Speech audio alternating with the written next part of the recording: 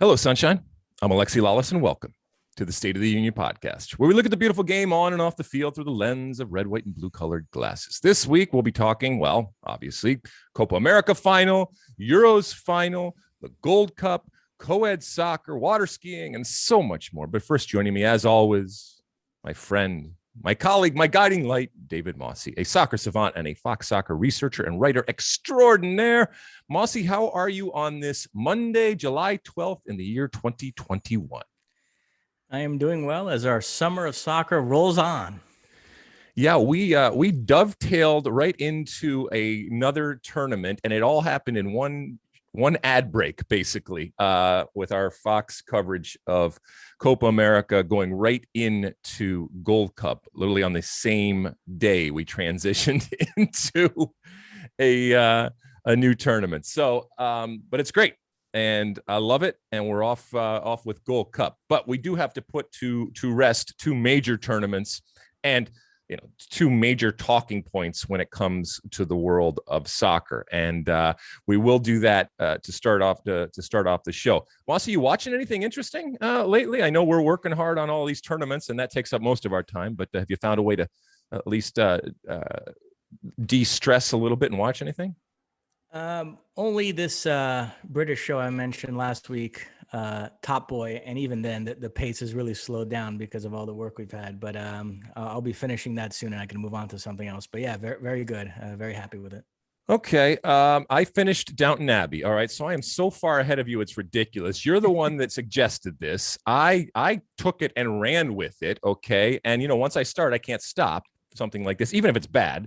It's not bad. We will save our real Downton Abbey deep dive for later on when you have finished this. But not only did I watch every single episode, but I watched the special episodes, and this was on Netflix, and then I went over to HBO and watched the actual Downton Abbey movie. So I am fully immersed in the whole Downton Abbey culture. And by the way, I have seen the movie. Even without having watched the television show. Are you kidding me? I went with my mother, because she's a fan, a few years ago to see the movie, and actually quite enjoyed it without even knowing the background and all the characters. So. Oh my goodness! All right. Well, anyway, we'll get into it later on.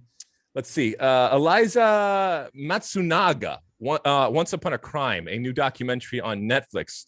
You will appreciate it because I know you like documentaries. This is a crime documentary about a wife who murdered her husband and dismembered him, and it actually happens in Brazil. It's all in Portuguese with English subtitles. It was interesting. I thought it was a little too long, but I do recommend that. And then over on the Peacock network, I just finished up Epstein's Shadow. Ghislaine Maxwell, who you will know her was his I guess co-conspirator, if you will, in the sex trafficking situation with Jeffrey Epstein and that whole sordid mess. But that was interesting. And that's a documentary over there on Peacock. So there's a couple of suggestions for you, Mosse. Okay, should we light this candle? Let's do it. So much to talk about. We're going to try to get through it. We're going to try to, once again, because Mosse's got a lot of things to do. We're right back at it today as the Gold Cup rolls on. So we're going to try to get in and out of here in a reasonable time and not go long. But we do want to start off with these two titles, one in South America and one in Europe. We're going to start with Copa America, and it happened, Mosse. It finally happened. As much as we talked about the potential of it coming home, well, in a certain sense, it didn't come home, but it was gifted to Messi, and Argentina finds a way in the final against Brazil in the Maracanã to cast off all of those demons. And I guess most importantly, and the biggest story of this, and I think it just shows how big Messi is that it was about him much more so than about Argentina. And I think everybody understands why. This is a man and a player who has given us so much, and yet, as we've said, this box was left unchecked for so long, and it was armed in a way and used by so many over the years to point to as to why he isn't this, or in the argument about the greatest ever. And to see him get that moment in that way, and by that I mean, for so long it's been Messi doing everything in his power, and his powers are supernatural, to try to get this team to win, and failing, and in the process being failed by his supporting cast. In this final against Brazil, it was his supporting cast that carried him, in that Messi was innocuous. He was invisible for most of the game. You're not going to put this in a time capsule for him as, one of the great performances. And yet I felt throughout it all that there was this responsibility that was accepted by his teammates, that this is something we are going to do for you. And in doing so, we are going to give you the greatest gift in this missing piece of the Messi puzzle. And I do think, look, I know you and your Brazilian folks, and even some of the Brazilian folks, you lose a final and it hurts. But I think the general sentiment out there, and the sentimental favorite, was, for obvious reasons, Messi. And I think the world, in a strange way, not in a strange way, I guess, but in a way, celebrated this and were joyful that he was given this gift by his teammates, and he had this moment. And you could see it in the celebration and in his reaction, how much it meant to him. And we've talked so much about the pressure and this burden that he has carried, and the albatross around his neck, and to have that removed and lifted, it was wonderful to see. It was wonderful to see that burden melts away in real time as the final whistle blew, and he was able to say that he won a major trophy for Argentina. What were your thoughts, Mosse? And as a Brazilian, to see that happen. You are a Brazilian, but you are not without a heart, and you are not without sentiment and romance. And so even part of you can recognize and celebrate that moment, right? Oh, absolutely. First off, as to the game itself, before I move on to the ramifications of the result, I was not the least bit surprised. Anybody that wants to go back and listen, I've spent the last month on this podcast arguing that this Brazil team wasn't that good, pointing out all the flaws, saying that if they faced Argentina, it would be a 50-50 game. And that's exactly what it was. And I was even more pessimistic when the team sheet came out and I saw Christian Romero and Angel Di Maria in the Argentina starting lineup, because Romero is their best center back. And the fact that he was fit enough to start was a major boost. And then Di Maria, I suppose you can give Scaloni credit for that one, but to me, it was pretty obvious. Every minute of this tournament that Argentina didn't have Di Maria on the field was Scaloni doing a favor to the other team, because I know he likes Nicolas Gonzalez and he tracks back and does a lot of the dirty work. But I'm sorry, in a final like this, you got to go with pedigree. And Di Maria is a big game player, a big time player still. And so I was very nervous about him being in there from the start. And sure enough, he gets the goal on a play that I know became a big source of contention between you and Ali Wagner in terms of how much credit should go to Rodrigo de Paul's pass and how much was it just a blunder by Brazil's left back, Renan Lodi. Do you want to give your take on that play? Yeah, we were arguing on and off air about it, and I think she comes at it from a point of view that you have to have the ability to see the pass, and that there is value in seeing that pass, and that value comes from the coaching of saying, hey, this is going to be on, you need to look for it, and making sure that the players within that moment have the wherewithal to see it. That the pass was not executed well. That's where I think the big disagreement came. She looks at that as a good pass, and she looks at it as, because that angle and because of that, behind the left back diagonal ball is there and they are looking for it, that there is value to that.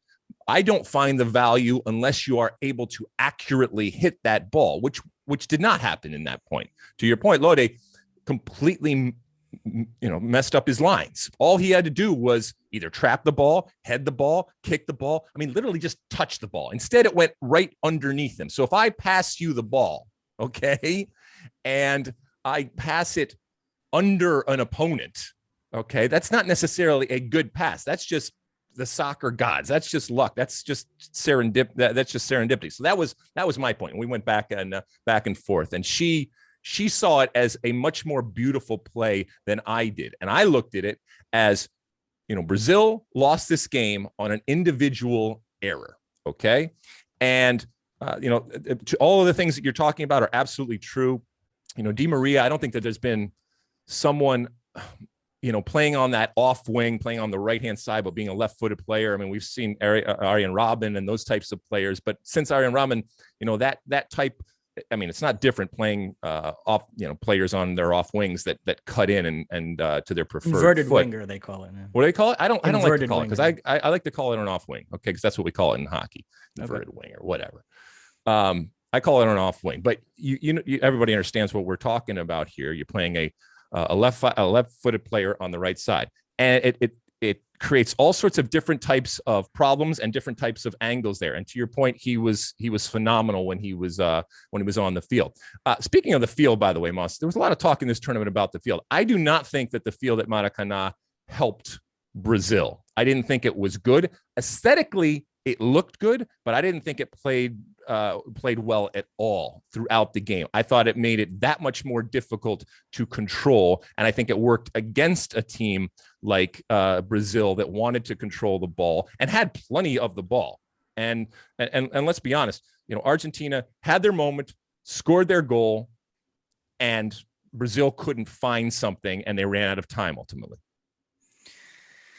Yeah, but if Argentina scored the first goal, it was going to be a problem, because this Brazil team is pretty inept offensively. And, the issue with this Neymar being more of a playmaker, bow and arrow type thing, is that he has to drop back so deep to pick up the ball, and that it's hard for him to go on these darting runs, and it gives the opposition a chance to foul him in not that dangerous of a position, because he's starting from so deep that, he gets past one, gets past the other, and then somebody invariably hacks him down, and you're still a long way from goal. And even, if he is able to beat all his men and evade the tacklers and not get fouled, at the end of the play, you still have to invariably, the defense collapse on him. He has to lay it off to somebody else, and then you need that somebody else to come through. And Brazil just didn't have that player in this tournament. Richarlison was frankly a disaster. And I now get to watch him fluff chances at another tournament because he's in the Olympic squad, which starts in 10 days. Everton, who was a breakout player at the last Copa America, was terrible in this one. And I said this last week, and I'll reiterate, Gabriel Jesus being suspended ended up being a big loss. I would have much rather have had Gabriel Jesus on that field than Everton. And even to circle back to left back, Chichi doesn't totally trust Renan Lodi defensively. And I suspect had Alexandro been completely fit, he might have started that final to match up with Di Maria. And look, he's not exactly Paulo Maldini, so he could have made a mistake as well. But that's also another factor, that Lodi ended up starting, and that was a bad matchup with him and Di Maria out there in space. So, but yeah, I just think Brazil's ineptitude really offensively really came back to bite him. It's a team that had to grind out 1-0 wins in the quarters and semis against Chile and Peru. And you saw some of the weaknesses there, the inability to create, the dependence on Neymar. And so, it's why, interestingly enough, a lot of people in the Brazilian media are saying that this is actually a good loss for this to happen the year before the World Cup, because had Brazil figured out a way to win this game, Chichi might have come out of this tournament thinking the team is in better shape than it is and not change much moving forward. Well, I think there still is a lot of work to do, and maybe losing this final will provide the impetus for Chichi to try out some different players. I mentioned the Olympic team. There's a striker on that team, Matheus Cunha, who I like, who if he has a good Olympics, maybe that could be a springboard to being a factor in World Cup qualifying moving forward. There's some other strikers in Brazil, a guy named Pedro who deserves a look. There's some different players in the midfield. I still can't believe that Fred was a starter for Brazil in this tournament.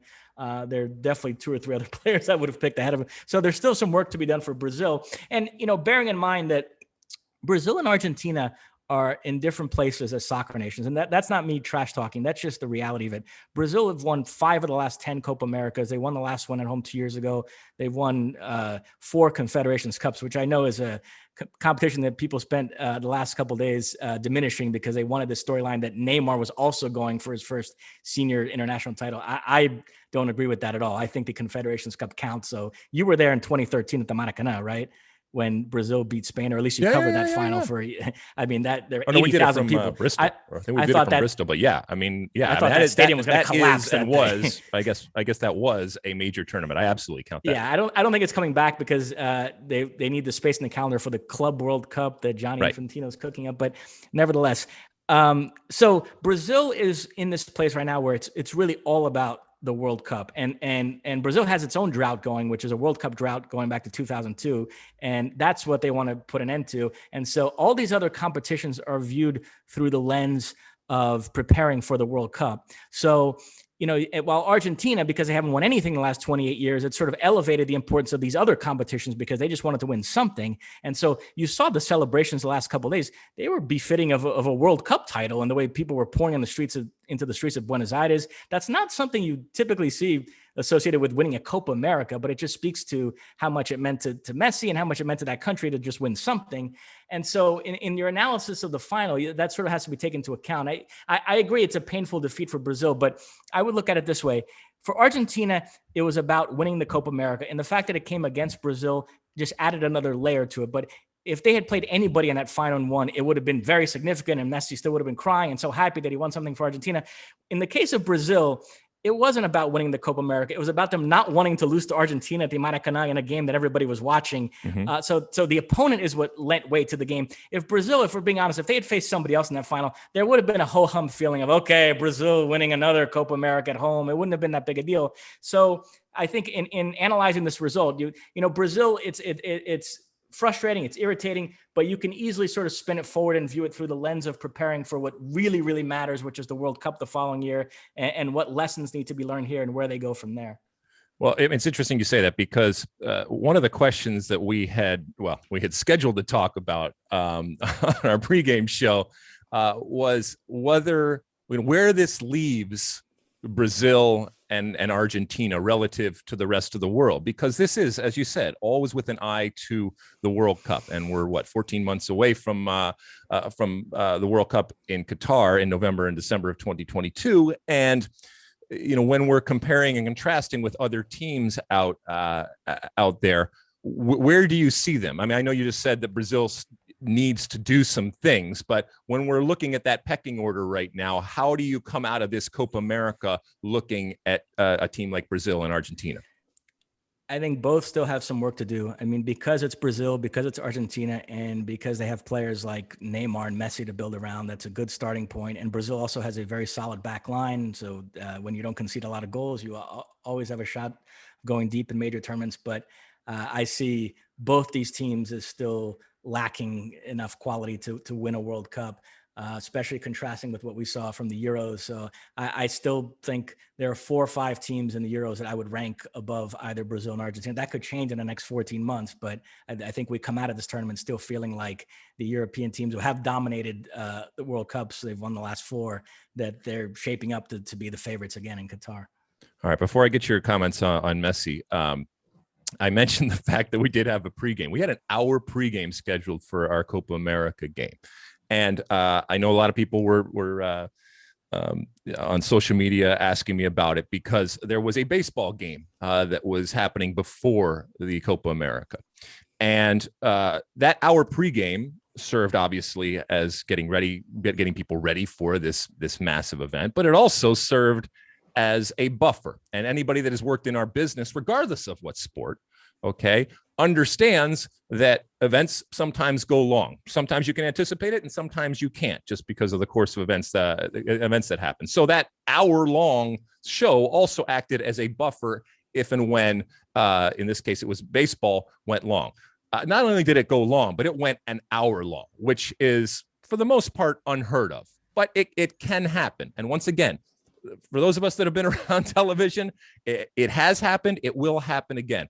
I want everybody to understand, that the protocol when it comes to sports is you stick with the live event that is happening.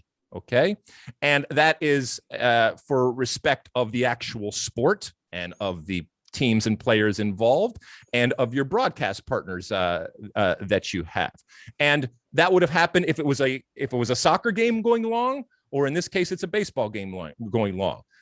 Is it ideal? No, it's not ideal, but it is the way that television works. And I know soccer people are going to get bent out of shape, but I just want to make sure that everybody understands that this wasn't something against soccer. Okay. This was a industry protocol, and it's happened every place that I've gone. We did it at ESPN, and at times it works to the advantage, I guess, if you will, of whatever game that you love. And at times it doesn't. And doesn't matter if you are a fan of X sport and you're the one that is not seeing your pregame or your game's been changed to another channel, you're going to be up in arms. I get it. But once again, it happens in every single sport. And the reason that we do it is out of a desire to have respect for the event that is going on. And that's what happened. All right, Mosse. Messi. You know, I waxed poetic there a little bit earlier about this moment. I'll let you finish it up here in terms of what it means to him. Look, Messi is the best player I've ever seen in my life. And I think he has a very good case for being the greatest player of all time. And in my view, he didn't have to win anything with Argentina for that to be the case. But if you're the type of person that thinks that when you're ranking players all time, you hold up the resumes and it does matter that this one's won this and that one hasn't won that. The only thing I'll say is that once upon a time, it was about the World Cup. And in the last few years, Messi devotees have managed to move that goalpost to win something with Argentina. So that's kind of interesting to me. Look, it was amazing scenes. And it was so great to see somebody who's brought so much joy to people over the years be that happy himself. And even me as a Brazilian, you know, it even tugged at my heart. So I don't want to in any way diminish his joy that he's feeling right now.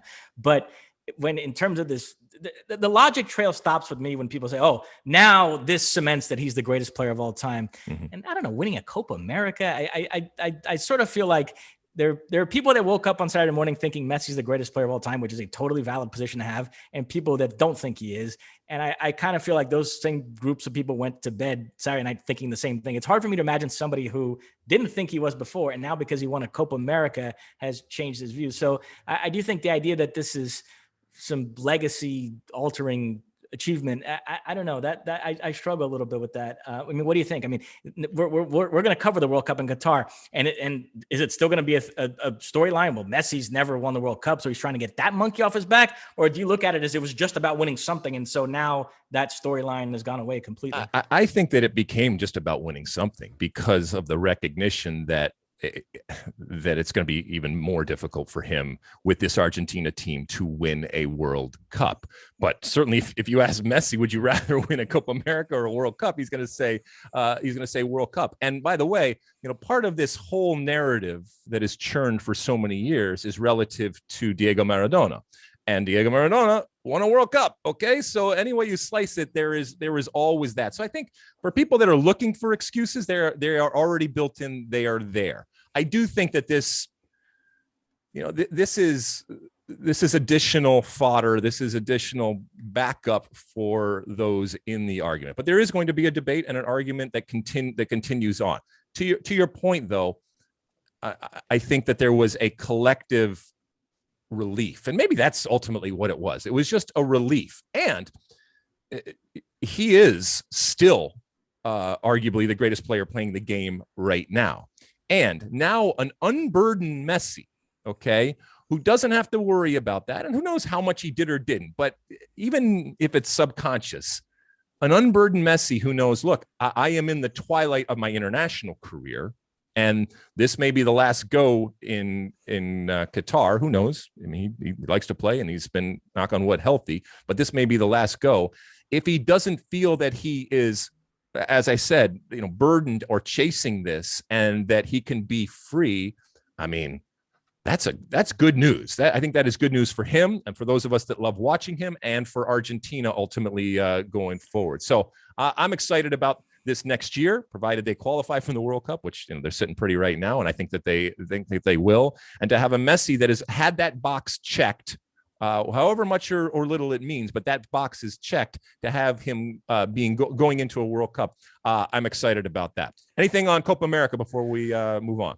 Last thing, everybody by now has seen the Messi Neymar hug, and it was beautiful. I mean, we all love that. There was another really classy moment by Messi that I want to highlight.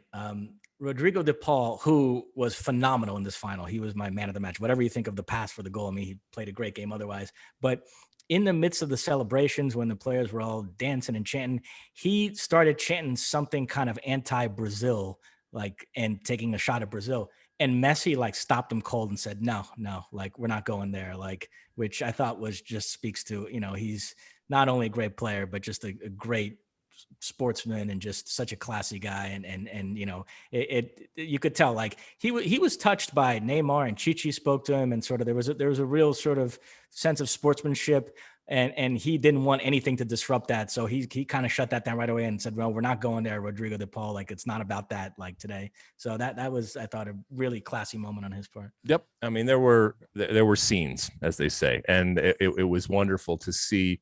And look, we knew there were going to be tears of joy, and there were going to be tears of sadness, and we didn't know where they would, play out. And to see, these two great players who we've talked about all tournament and have basically led their teams. One wins and one loses. I thought Neymar, handled it well. In terms of the way that he responded, I thought he was mature. Now, he also might be thinking, okay, but there's 14 months from now, I get another chance.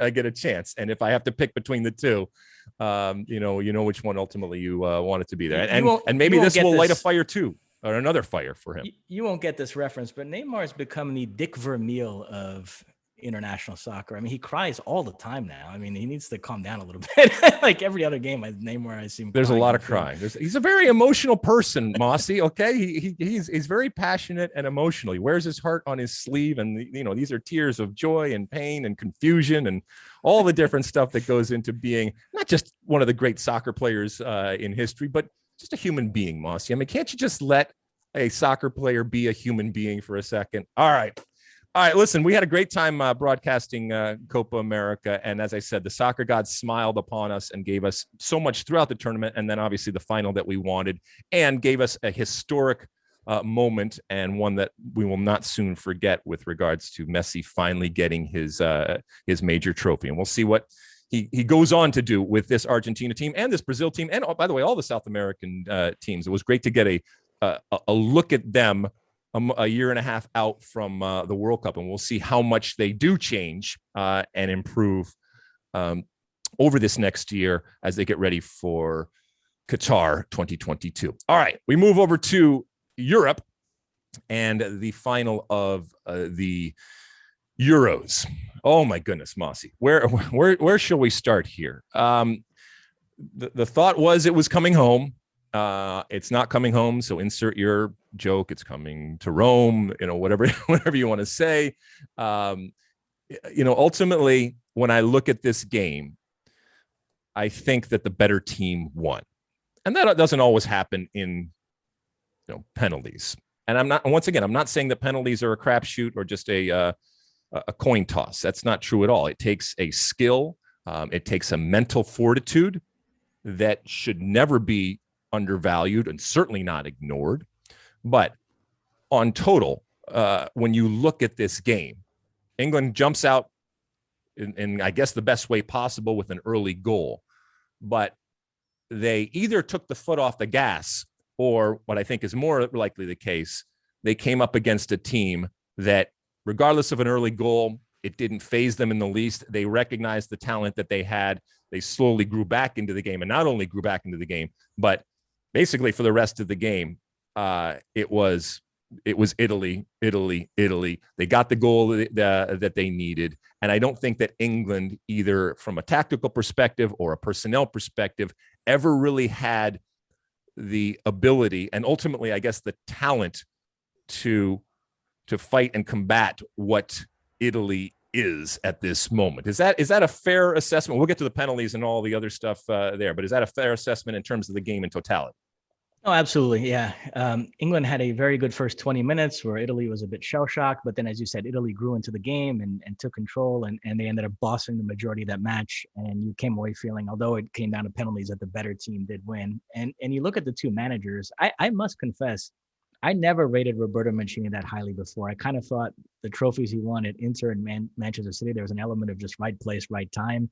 But the job he's done here is one of the great jobs we've ever seen in international football, taking over Italy in the state that they were in after missing out on the 2018 World Cup, and then building this team that's unbeaten in 34, just won the Euros. And, it's a collection of very good players. There isn't that super duper star to build around. We talk so much about Messi and Neymar in the Copa America. I mean, this is like the antithesis of that. It's different guys emerging every game.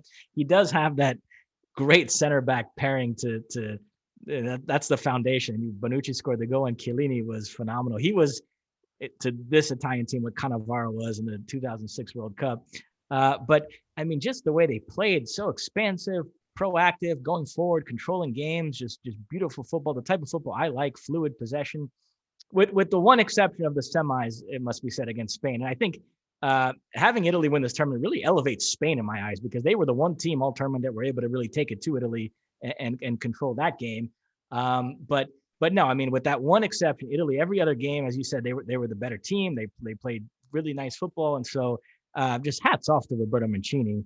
And so I was going to move on to Southgate, but do you want to say something about Mancini? No, yeah. I mean, I share your thoughts. If anybody enhanced and bolstered their, the way that we view them, it's Mancini. And, this is the ultimate team. Okay. And Italy, in all of their success and their ups and downs over the years, there has always been stars.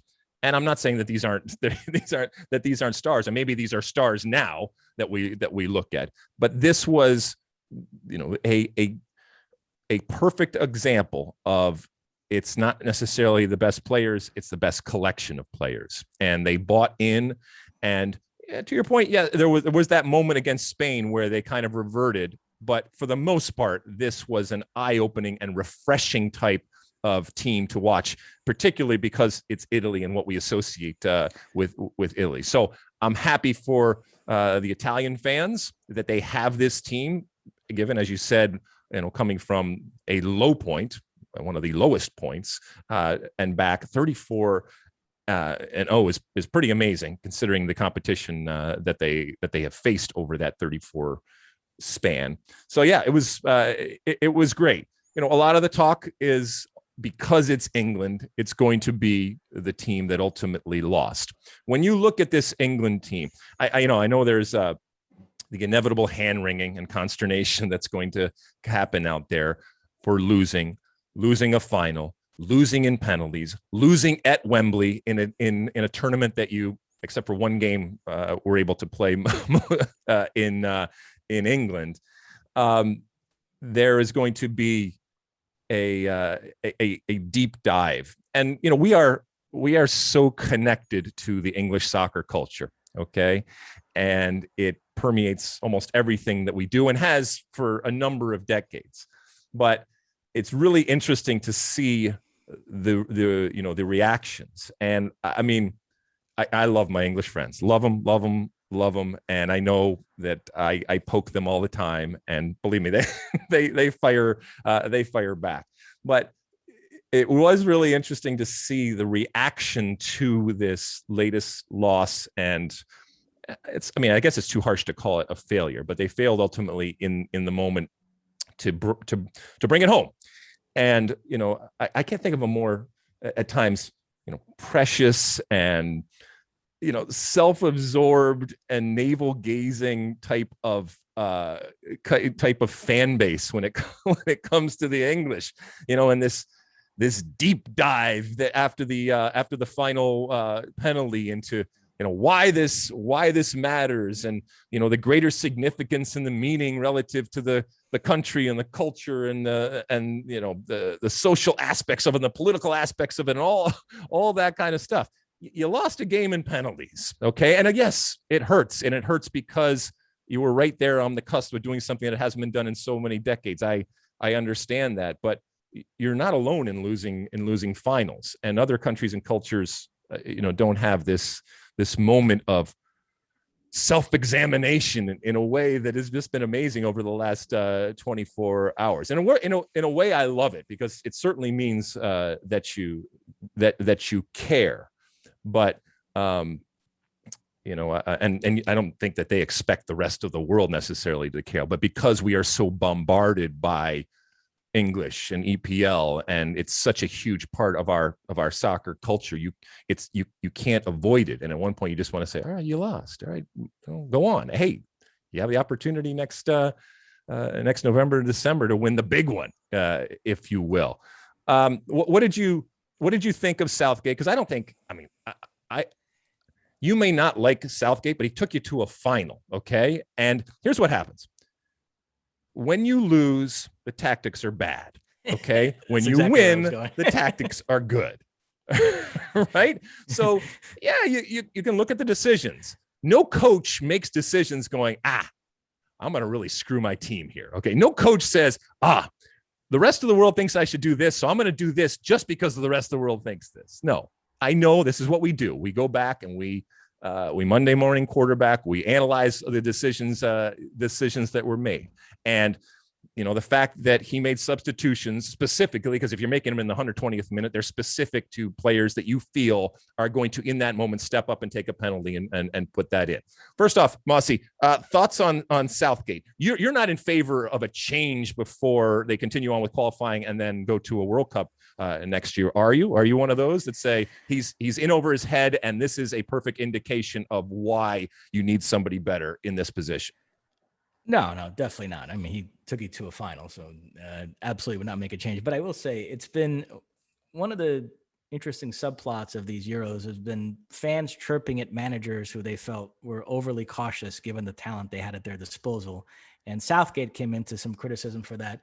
But to your point, it was funny how with the media, depending on the result, they would swing one way or the other. When he would put out a cautious lineup and the balls bounced their way and they won, then the media likes to lecture us about, well, that's how you win major tournaments and pragmatism. And, you fans don't understand it. And then when they lose, then the media jumps on that train and criticizes him for being overly cautious. So you kind of have to pick one side. And I've been on this train all along that I do think he was overly cautious in this tournament. You mentioned the fact that he brought on Rashford and Sancho in the 120th minute, specifically to take a penalty. Why not bring those guys on earlier so they can actually impact the game? So maybe you don't have to go to penalties. To have two talented players like that sitting on your bench in that game and not feel the need to bring him on. So he all throughout the tournament, he made decisions like that where you look over at that England bench and you see all these amazingly gifted players that could potentially tilt the balance of a match. And I don't know. I don't think he made as great a use of all this English talent. We've been talking for the last couple of years. So then aren't you making a case for you need somebody else? I mean, if he has all of this talent and he is not able to utilize it in a consistent way and to the best of their abilities, then he is, he's literally leaving something on the bench. Isn't that a problem that he doesn't see these players that are talented as being able to help on a consistent basis other than in the 120th minute coming in to take penalties, which by the way, they miss? Yeah, but I think that he's still a young manager. There's room for growth there. He can learn those lessons in the next 14 months. I still think that he brings a lot of good qualities. I like his overall leadership and demeanor. And so, like I said, I wouldn't make a change. I would just try to pull him aside and say, hey, you have all this amazing talent. Maybe let's try to make a little bit better use of it moving forward. Well, I mean, listen, there is plenty of, as the Germans say, Schadenfreude, right? I mean, there's plenty of folks out there. I guess the ultimate compliment you can give somebody is that there's as many people that don't like you as like you, because they all care because you are so big. And when it comes to England, I know that there were as many people that were either publicly or secretly saying Forza Italia that were cheering for England. And they will be back. And this is, as you said, this is a team that is stacked with talent. Finding that right combination of players, that's to be determined as to whether they can figure it out. But I mean, the amount of talent that was utilized, the amount of talent that wasn't utilized, and then, the inevitable, anger and frustration that comes out of not being able to cross over that line. I will say something, and I think everybody, has said something, and rightfully so, that it is just a sport. And I know we talk about it being a religion and it transcends the sporting world, and it has political ramifications and cultural. I get all that, but and you could predict it, unfortunately, because of the world in which we live in, especially when it comes to social media and the platforms that people have and the megaphones that we give to pretty much everybody that has a computer and that can type. The horrible and vile and disgusting things that were and continue to be said about players who played poorly, missed a penalty, and did all that kind of stuff. And the racial abuse that players are getting, unfortunately, on a consistent basis, is, as I said, despicable. And these are not humans. Unfortunately, they are, but they're not acting like good and kind humans should towards their fellow man and woman. And it's unfortunate, but unfortunately it's not surprising to see that type of stuff. So these players will benefit from this experience, and I do think will get stronger. And this is an England team absolutely that deserves our attention. This team in this tournament deserved the attention and the praise that it got. And I do, to your point, think that Gareth Southgate will learn from this process, as will his players, and they will be stronger for it. And I can't wait to see this England team come November, December in Qatar, and what they bring with that fire, and the fire that comes from a loss that was painful, because it was in the palm of their hand, and they couldn't finish it off. Anything else from a Euro standpoint, Mosse? That's it. All right. We move on, as we say, into Gold Cups. We're going to take a real quick break. And when we come back, there's a whole new tournament. It started, it's kicked off, and we are well on our way into the 2021 Gold Cup. We'll be right back. All right, we're back. Yes, the Gold Cup is upon us. And we kicked it off with our friends Mexico. And they came out of the chute, and they weren't great. And they ended up only getting a 0-0 result.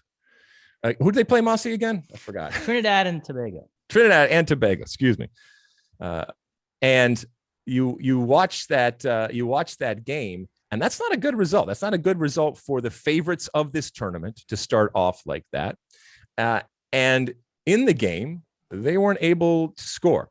Loss of Chucky Lozano, and we're thankful that it wasn't worse, to be quite honest, but he is out for the tournament with facial lacerations and all sorts of stuff, and it looked horrible in the moment. And I'm just so glad that there's no neck or let's be honest, brain damage from that moment. But he is out for the tournament, so that's a big loss for Mexico. And they start out the tournament with only a point. So we'll see what they come up with going forward in this tournament. I still think that they are the favorite. When it comes to the U.S., they start off the tournament with a win against Haiti.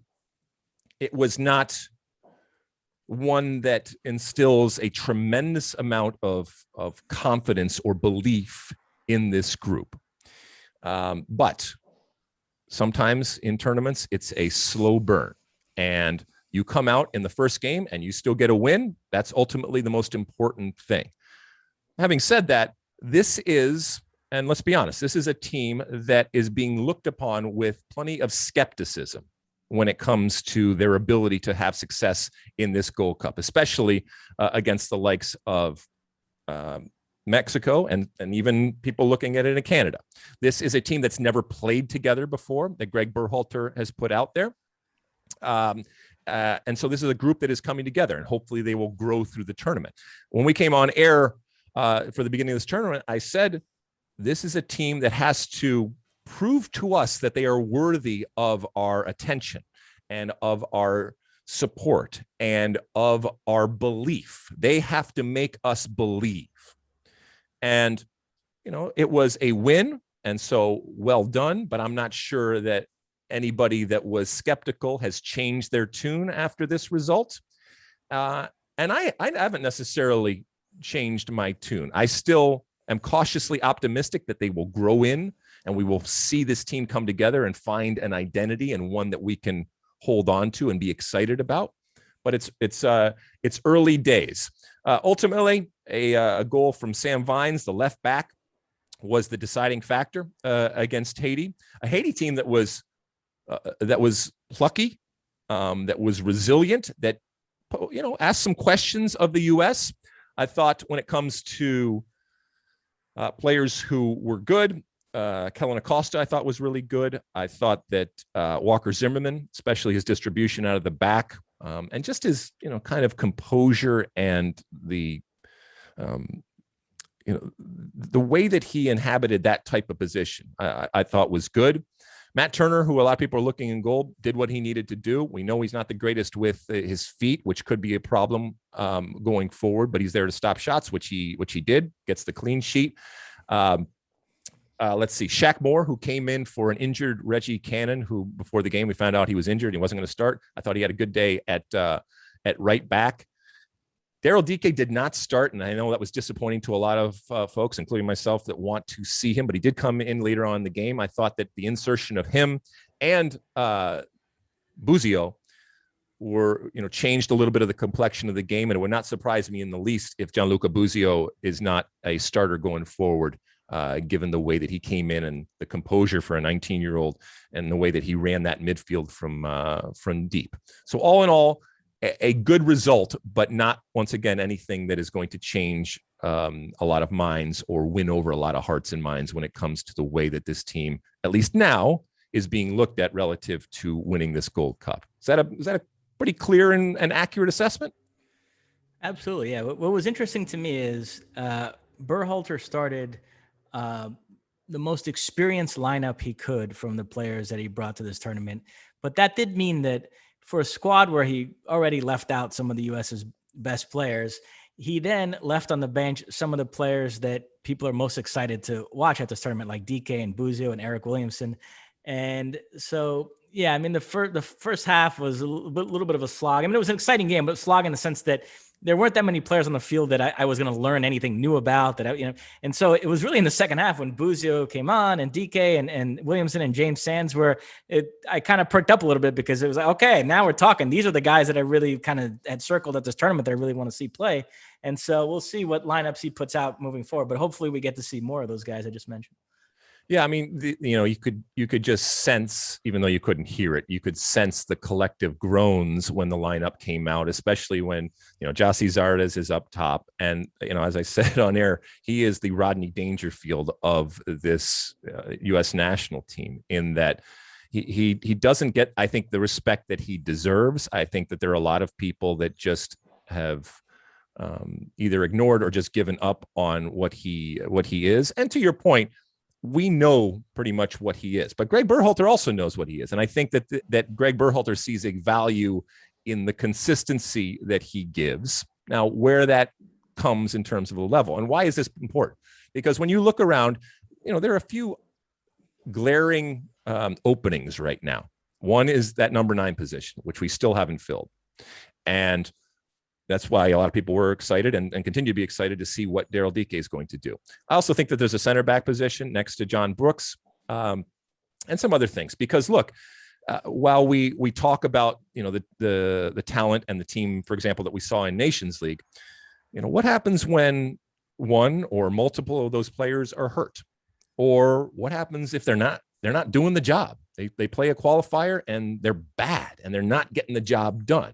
You're going to need other people. And so assessing that is, I think, really, really important. And there will be players that we see here, some that jump off the screen to us and say, yeah, that's a real possibility. And some that don't, that are going to show up in World Cup qualifying, that are going to start and that are going to star. And by the way, are going to do the same thing next November and December in Qatar for the World Cup. And I think that's why it's important to watch this team. And if I was a member of this team, you do to a certain extent have nothing to lose, because there are lowered expectations relative to this group. But I also think you got so much to gain if and when you play well, either individually or collectively. You come together as a group and ignite an interest out there in the same way that we saw the group that did it in Nations League. So, we'll see if they progress and evolve and get better. They are going to play a Martinique.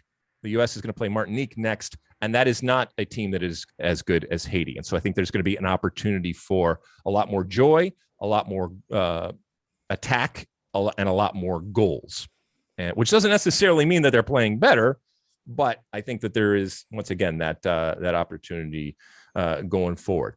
Anything else Gold Cup wise that we want to discuss, Mosse? No, that's it. All right, we continue on. Like I said, it's real early days in this tournament. I think the U.S. still remains one of the favorites.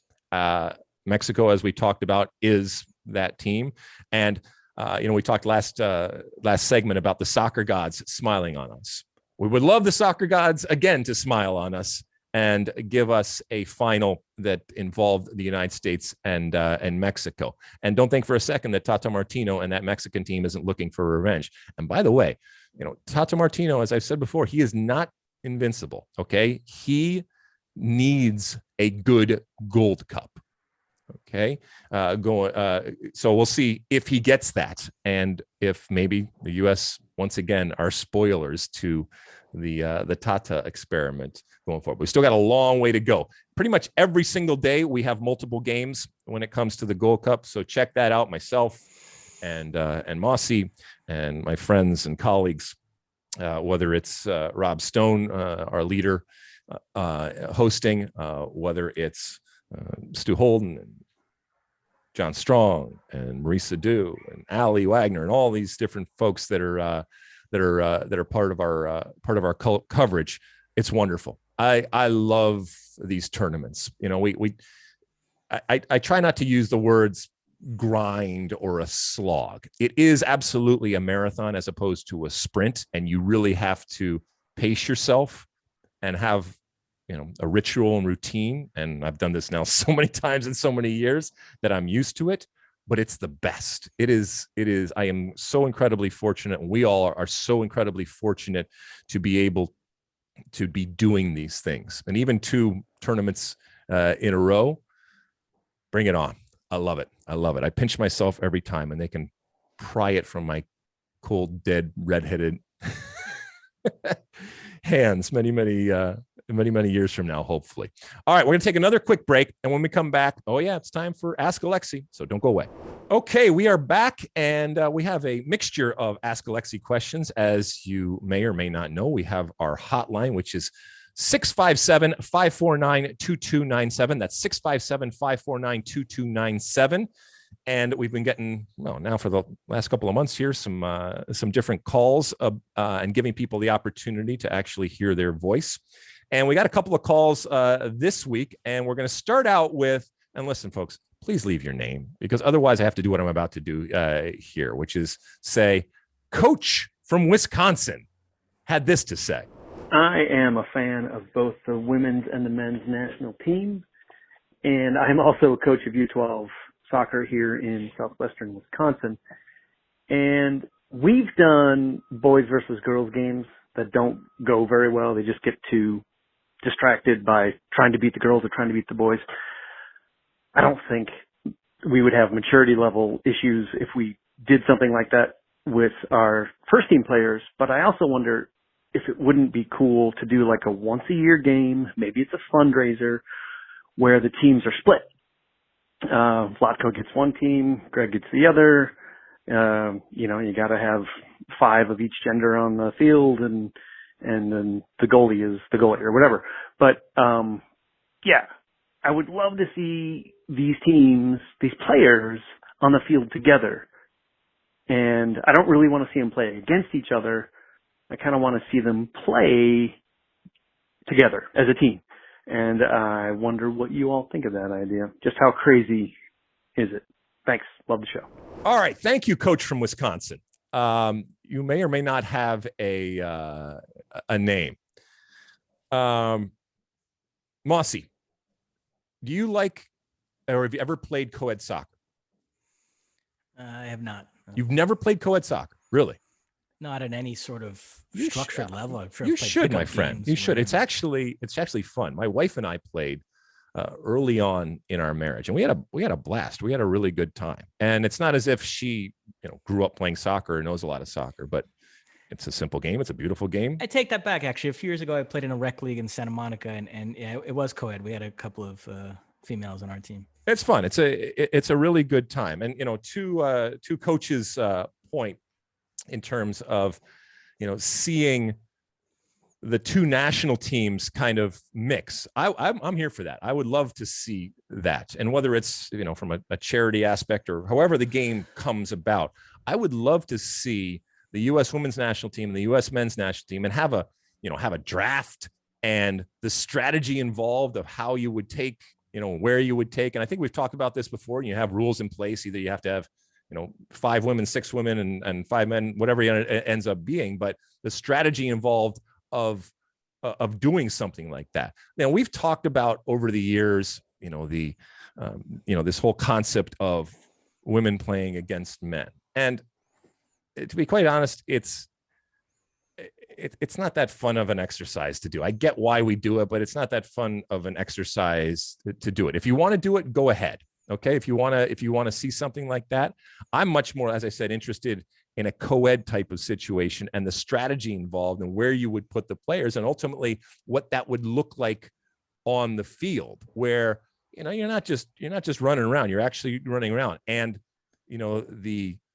the competition that would be involved in something like that. Mosse, would you watch something like that? Yeah, that'd be fun. That'd be fun. Like if the U.S. men and women did a draft and played a co-ed game for charity or something. Exactly. Yeah, so you're taking, I'm gonna draft Megan Rapinoe for my team over here, but then I'm going to take Christian Pulisic and I want to put them. And so where do I, who do I put in goal? Do I have a male or a female goalkeeper? And the strategy of all of that. When you could have the national team coaches, be part of that. And Vlatko and Greg could do something like that. Yeah, I'd watch something like that. Yeah, absolutely. All right. Let's see. Should we go on to the next one, Mosse? Yep. This is Eric, right? This is Eric from the Bay Area. Okay, at least he left his name. Let's see what Eric has to say to us. Hi, Mosse. Hi, Alexi. This is Eric from the Bay Area, and I have a question for both of you, which I want to share with my 11-year-old son, who can show some reluctance going to Korean school every Saturday during the school year. First, what languages do you know? And second, how has this ability helped you both professionally and personally in your respective lives? And as an aside, if I may say so respectfully,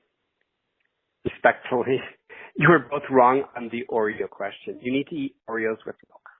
Thanks for the pod, guys. It brightens up my week when I listen. Thank you. Oh, this is right up our alley, Mosse. Okay. Language, which I know you are proficient at multiple languages, and I know that you recognize the value. So I'm sorry, Eric, that your kid, I mean, first off, no kid likes to go to class. No kid necessarily likes to go to language class. And it's hard sometimes for kids to wrap their kid brains around how beneficial learning multiple languages can be. And there's a social aspect of it, but there's also a practical aspect of it, especially in this day and age where we are so international in terms of the things that we do. Now, that oftentimes is lost on a kid that has to sit there and learn how to conjugate verbs and do all that. I am so happy and fortunate and thankful that I learned languages. And look, I can speak Italian, I can speak Spanish, I get by with English, and I can speak Greek. One language which I know you're very good at that has completely flummoxed me over the years is French. I cannot, for the life of me, wrap my very small brain, very small brain around the French language. And I feel like there is some sort of formula that I'm just missing and that it'll click in, but it has never clicked in for me. Mosse, how have learning languages and knowing multiple languages impacted your life? No, listen, I think it's a really great skill to have just in general in life, and particularly in my line of work, it's absolutely invaluable. So, I was born and raised in Brazil, so I speak Portuguese, and then obviously lived in the United States for many years, so I speak English. Those are the two languages I would say I speak fluently. Spanish, I wouldn't say fluent, but I speak it very well. And then recently I studied French and Italian, and both of those I was able to get to just a solid beginner's level, enough to get by conversational. But, in the summer of 2019, we spent 6 weeks in Paris covering the Women's World Cup. And when we were out and about, I was the person that was able to communicate with locals if we had a question, if we needed to get directions or find out something. And so, it came in really handy there. And then I traveled in Italy 10 days afterwards, and same thing, was able to communicate with locals. So I think it's a great tool to have in general for my job. I wake up every morning, I read all the newspapers from the various countries. So I'm getting all the news from the horse's mouth. By part of my routine, I read in Spain, I read Marca and AS and Sport. I want to get the Real Madrid, Barcelona news. I read the Gazeta dello Sport. I read L'Equipe. I read Globo for the Brazilian stuff. Sometimes even for Portugal, A Bola, and the Mexican and Medio Tiempo. And so, I have this whole sort of rotation. And, I'm able to help with when we cover these tournaments, I do audio pronunciation files. I'm able to translate interviews that players do. So it's something that makes me more valuable. And so, yeah, if you want to get into my line of work and covering international soccer, I would absolutely recommend trying to learn different languages. It really comes in handy. Yeah. I mean, not only did I learn it just from a classroom perspective, but then I put it into practice because I was involved in soccer and because I was traveling all around the world year after year after year, and to a lot of places in particular that spoke Spanish. I learned a whole, kind of a soccer Spanish and all of the different jargon and the way to answer questions relative to soccer very, very quickly. And when you're immersed in these cultures, or just when you're immersed in a sport that is so multicultural, you can't help but have it seep into your being. And it's one of the things that I love about our sport. I've told you time and time again, the fact that this is a sport that is shared all over the world makes it incredibly appealing to me. And that there are so many different languages involved is wonderful. From a practical perspective, you look at someone like Kate Abdo, who I think speaks like 5 or 6 languages. And look, she speaks them fluently. It is an amazing thing to see. And so there is a communication aspect of it that she has an advantage and has incredible value that she brings. But there's also, she gets gigs, she gets jobs. She is sought after because of her ability to do that. And whether it's just an ability to work a show or something that's in a completely different language, whether it's ability even in real time to translate stuff that's going on, it makes her, like I said, incredibly valuable. So, once again, making and having young kids appreciate that and understand that is not always easy. Okay. But to the extent that you can, and that you can point to anybody out there and say, these people out there recognize the value. And by the way, you don't have to necessarily be fluent. Okay. Communication is done in a lot of different ways, but having even a rudimentary understanding and be able to quote, get by in different languages, it makes it immensely more, not just easy, but enjoyable to understand and to be able to communicate with people out there. So yeah, I mean, I get it. Because I remember going to being in my car and driving to learn Greek classes, and just it's the same actually when it comes to music. I remember going those 2 blocks down to Mrs. Van Heusen's piano lessons and cursing my parents for sending me down, and I didn't appreciate it at the time, and I love them so much for, to a certain extent, forcing me to do it because of music is a language, but exposing me to that language. And the same is true for any traditional type of language sitting. But I get it. It's hard for kids to understand that. They will appreciate it. I'm just telling you right now, Eric, they will appreciate it. It just might come much later in terms of their appreciation when they recognize the value. Anything more from there, Mosse? Well, it's funny. I was on the topic of languages. I was having this debate with somebody the other day about Marcelo Bielsa and the fact that he doesn't answer questions in English because he said he wants to be able to give thoughtful answers to people's questions. And his English is so rudimentary that if he were to answer in English, he would have to give really simple answers. And so he thinks it's more of a sign of respect of giving a thoughtful answer in Spanish and having somebody translate. And so I was debating with a couple of people, and one of them said, no, I think, the greater sign of respect is at least making an effort to speak the language of the country. And the other person agreed with Bielsa. And I kind of think how Unai Emery was treated, with his English, and if maybe he doesn't regret that and maybe should have gone the route Bielsa, because Unai Emery is a very, very smart guy that became this source of ridicule in England.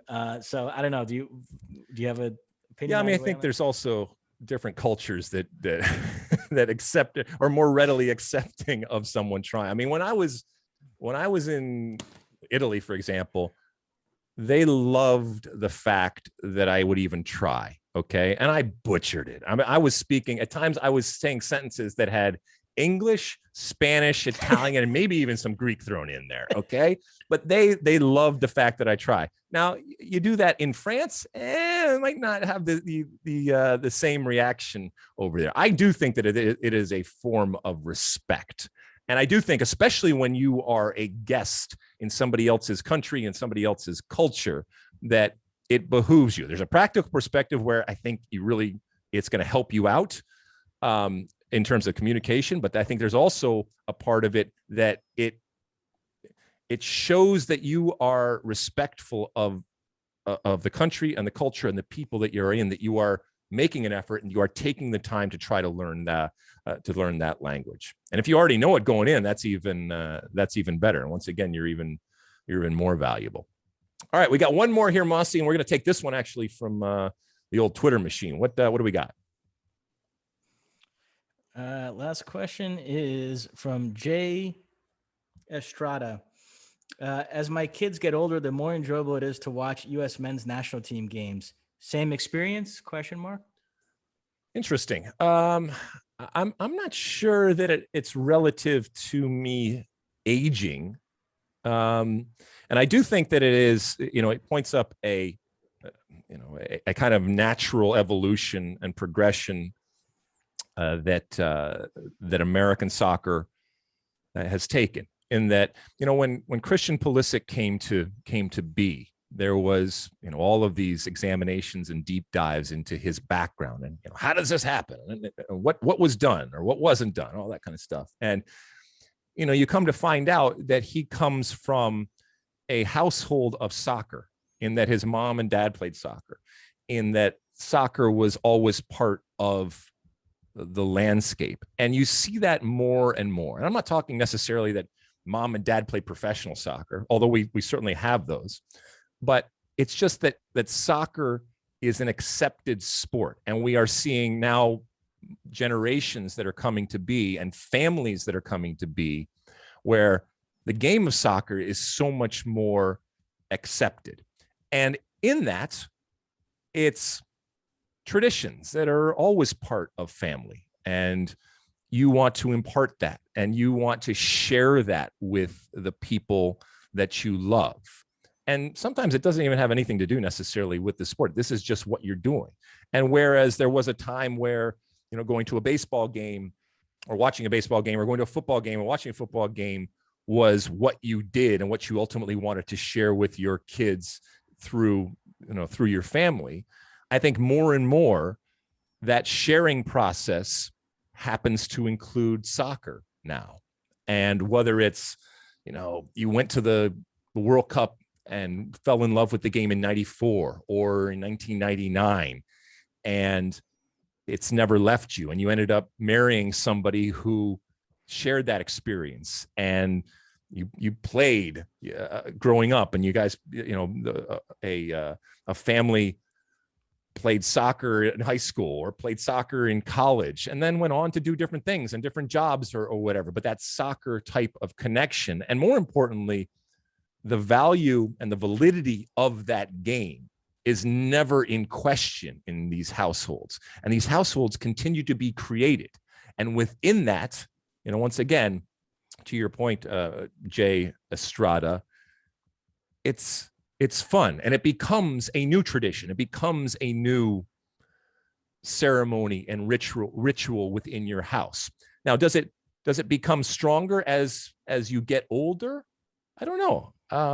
For me, I don't necessarily think that it is changed. My family, with my kids, they watch soccer. I don't look at it necessarily as a tradition or as a shared tradition that we do, and I don't necessarily think that it has gotten more enjoyable or less enjoyable. It's just enjoyable, and my kids, whether they like it or not, to be quite honest, will have grown up in a household where soccer is celebrated, soccer is accepted, and that comes from in this case it's parents who have had soccer in their lives to different extents, and I love it. I love that there are soccer families now in a very different way. I'm not talking about soccer moms and that kind of stuff, or that whole phenomenon through the 70s and 80s. But now when you get into the 90s and you get into the aughts and now where we are right now, there are these families that view soccer as part of their experience and part of their landscape, certainly, and part of their fiber, I guess, if you will. I love it. So I'm glad that you are enjoying it. That you are enjoying it even more now as you get older is great. I don't know what that is relative to, but the fact that you are a part of a soccer family, that's awesome. And you're not alone. And they keep getting bigger and bigger and bigger. And it's part of what is growing this sport. It's part of what is feeding this tent that gets bigger and bigger. And this soccer family that we all know and love is getting more passionate and robust, and as I said, bigger, which with each year, but also with each new generation that is so much more exposed to the game and experienced in the game, and has it as part of their heart and mind.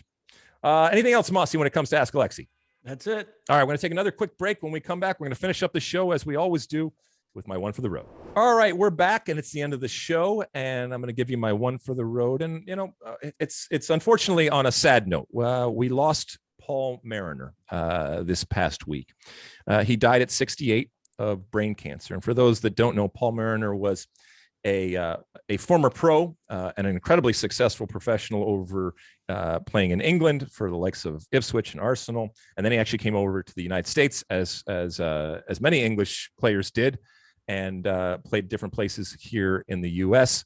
We know him from also his coaching and with Major League Soccer. By the way, he was a former England international too, and I have known him over the years, and you will not have found a kinder and gentler and funnier man than Paul Mariner. And if you ever got a chance to meet him, and I met him through MLS because he coached in MLS and he worked in broadcast, and so he was always around the American soccer scene and certainly around the MLS scene. If you ever got a chance to meet him, you couldn't help but be taken by what a funny, as I said, and kind man he was. And it's an incredible loss, and way too early, and that we won't have that incredible wit and humor.